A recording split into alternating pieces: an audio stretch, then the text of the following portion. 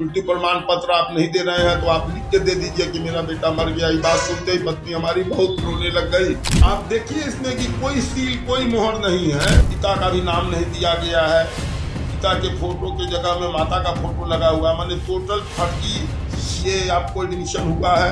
अब सोच के देखिए किस तरीके का खेल लोग खेल रहे हैं हम लोग के साथ। मरते हुए आदमी का झूठ बोलने का कोई कारण हो सकता है, क्यों झूठ बोलेगा?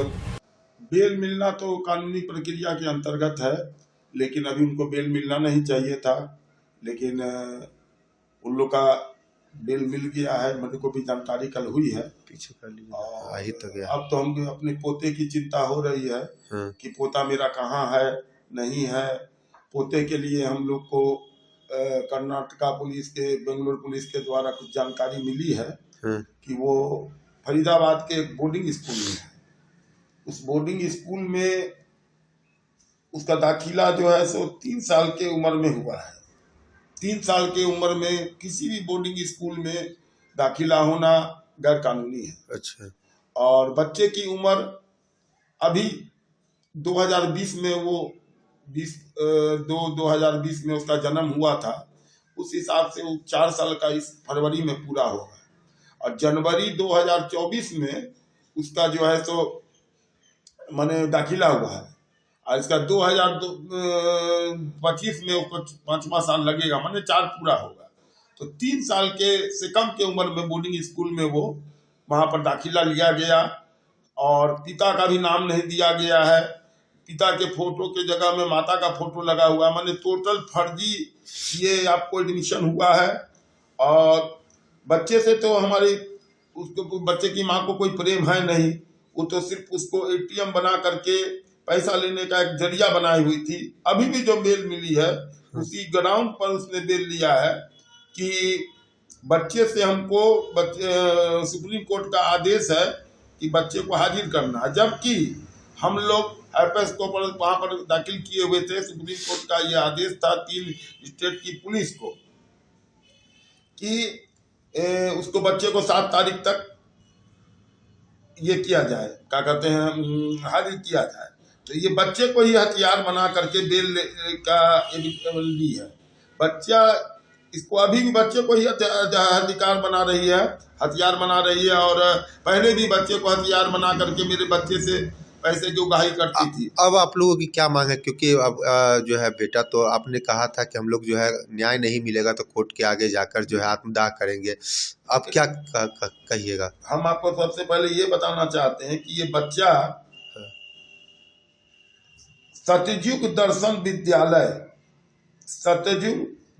विद्यालय जो सेक्टर 89 में है, भूपानी लालपुर रोड, फरीदाबाद, इसमें ये बच्चा है, हमको जैसी जानकारी मिली है।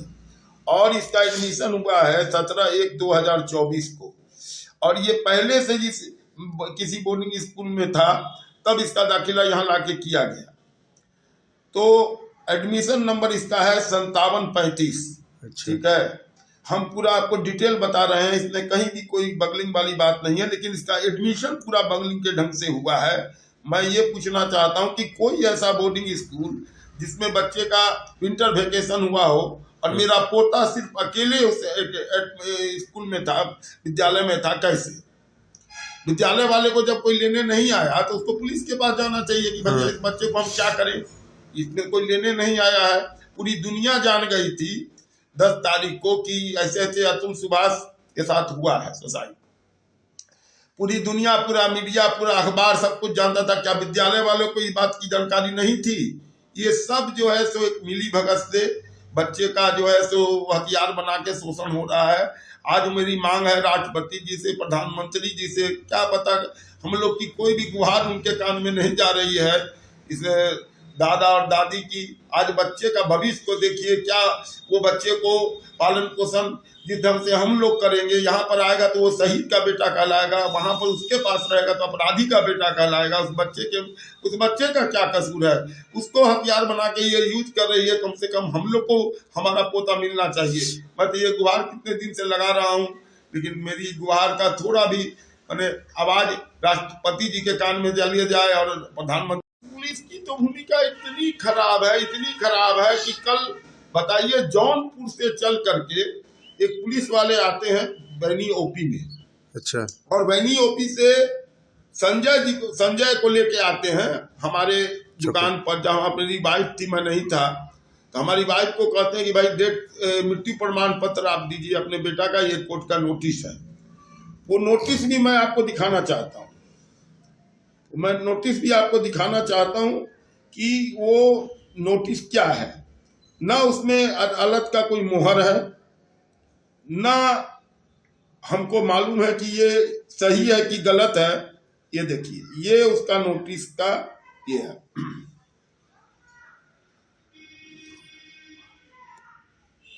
आप देखिए इसमें कि कोई सील, कोई मोहर नहीं है, और इतना इसको हमको कह रहा है कि हमारी पत्नी को कि इसको आप दीजिएगा मृत्यु प्रमाण पत्र, तो आप ही को फायदा होगा। मृत्यु प्रमाण पत्र हम लोग के पास तत्काल यहाँ नहीं था, तो हम लोग देते कैसे। वाइफ कही भाई हमारे बेटा से बात कर लीजिए, तो हमारे विकास का नंबर लिया है उसने और बात किया। तो हमारा लड़का कहा कि ठीक है, हम अपने वकील को कागज भेजते हैं, पता करते हैं। हमने जितने भी वकील थे सुप्रीम कोर्ट के और बेंगलुरु के, सबको भेजा, सबको ही कहा कि भाई ये कागज में कोई मुहर नहीं है, और ये कागज लेकर के स्पेशली यहाँ आया। इसमें भी हमको लगता है रीता कौशिक, जो कि हमारे बेटे से 5 लाख रुपया की मांग की थी, उनकी भी कोई चाल हो सकती है फंसाने की। अभी भी उन लोग का जो नियत हमको लग रहा है कि कैसा है नहीं है, हमको सोचने पर विवश कर रहा है।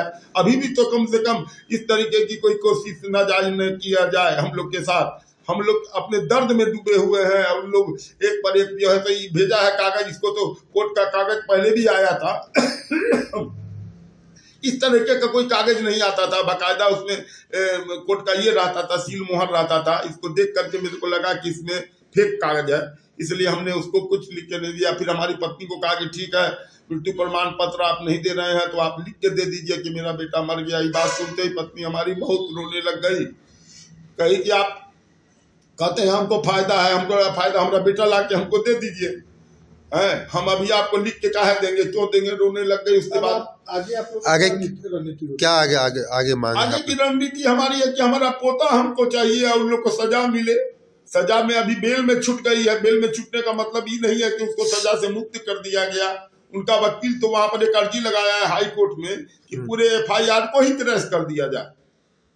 अब सोच के देखिए किस तरीके का खेल ये लोग खेल रहे हैं हम लोग के साथ।